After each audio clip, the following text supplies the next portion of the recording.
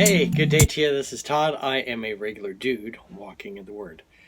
Man, we've got a good episode coming up for you today. It's entitled Train Up Your Children, and we're actually spending 2 days on this one verse. And it's taken from Ephesians 6, chapter 6, verse 4. And it's, I'll read it here.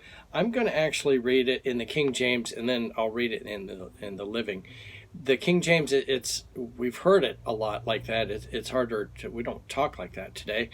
And so those are words are harder to understand. But the Living Bible, man, it spells it out so well here. Okay? And this is Ephesians chapter 6, verse 4. And I picked up this Bible, this one here, maybe a year ago. And you go to the Goodwill bookstore. Whenever you go to the Goodwill bookstore, look at what Bibles they have that you can use and you can give away. This one here is an old PTL Club Bible that's a parallel Bible. How about that? So it has the Living Bible beside the King James. So you're reading along in the King James, you're like, I don't understand that real well. Go back to the Living, and that helps you understand it. So anyway, do that. Go get a good Bible from Goodwill. It says this in the King James. It says, and ye fathers, again, ye fathers. No one says, hey, ye, come on over here. And ye fathers, provoke not your children to wrath, but bring them up in the nature and admonition of the Lord. Okay? But let me read it from the Living here. And it says this. Now, a word to you parents, don't keep on scolding and nagging your children, making them angry and resentful. Rather, bring them up with the loving discipline the Lord himself approves, with suggestions and godly advice. Okay? Other translations that would help you understand this better, the Amplified is a good one too, and then also the Message Bible. Okay? Those aren't necessarily like word for word translations, but they help sometimes. They're paraphrases. So anyway, today I wanted to focus on, training up your children. And just yesterday we talked about how we compared Samuel to Eli's sons way back in 1 Samuel.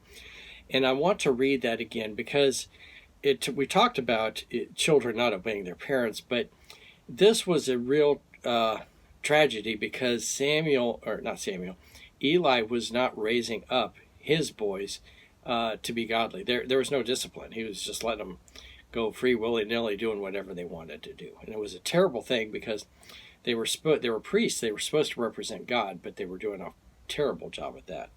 So this is 1 Samuel chapter 2, verses 18 to 26. Okay, it says, but Saul was ministering before the Lord, a boy wearing a linen ephod.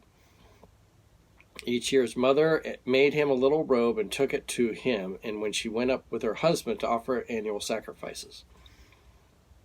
Eli would bless Elkanah and his wife, saying, may the Lord give you children by this woman to take the place of the one she prayed for and gave to the Lord. Then they would go home, and the Lord was gracious to Hannah. She gave birth to her 3 sons and 2 daughters. Meanwhile, the boy Samuel grew up in the presence of the Lord. Okay, so Samuel was a good example of a good boy, you could say, that his parents raised him up even though they were absent there, okay, which happens sometimes. But then he was also being raised by Eli here also. So that's an example of how you should raise your children, a good example. But let's keep reading here. Now Eli, who was very old, heard about everything his sons were doing to all Israel and how they slept with the women who served at the entrance of the tent of meeting. So he said to them, why do you do such things? I hear from all the people about these wicked deeds of yours. No, my sons, the report I hear spreading among the Lord's people is not good. If one person sins against another, God may mediate for the offender. But if anyone sins against the Lord, he will intercede for them. His sons, however, did not listen to their father's rebuke, for it was the Lord's will to put them to death.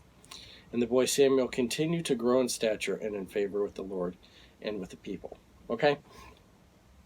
Now, realistically, if Eli is the high priest and he's supposed to govern over the other priests, which are his sons, if that type of behavior is happening, they should be like removed immediately and say, you're no longer a priest. Okay.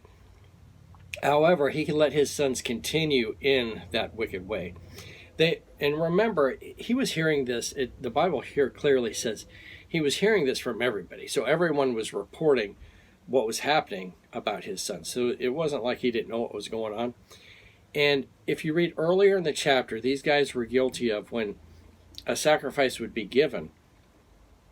These guys would take the portion before it was even cooked. They would just grab it out of there, doing things that not the proper way.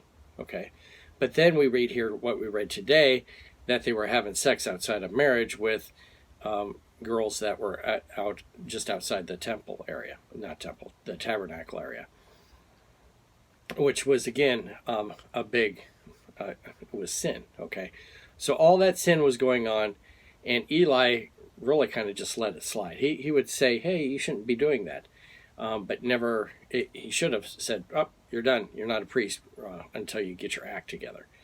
But he let that continue on, and which ended up bringing disaster upon the boys. It brought disaster to the whole family. Okay, but Samuel continued on living a godly lifestyle. So train up your children in the way they should go, and in the end they will not depart from it. And this is a good example of that. Thank you for watching. I'm a regular dude walking in the Word, and I look forward to seeing you tomorrow as we discuss further chapter 6, verse 4. Lord's blessing. I'll see you then.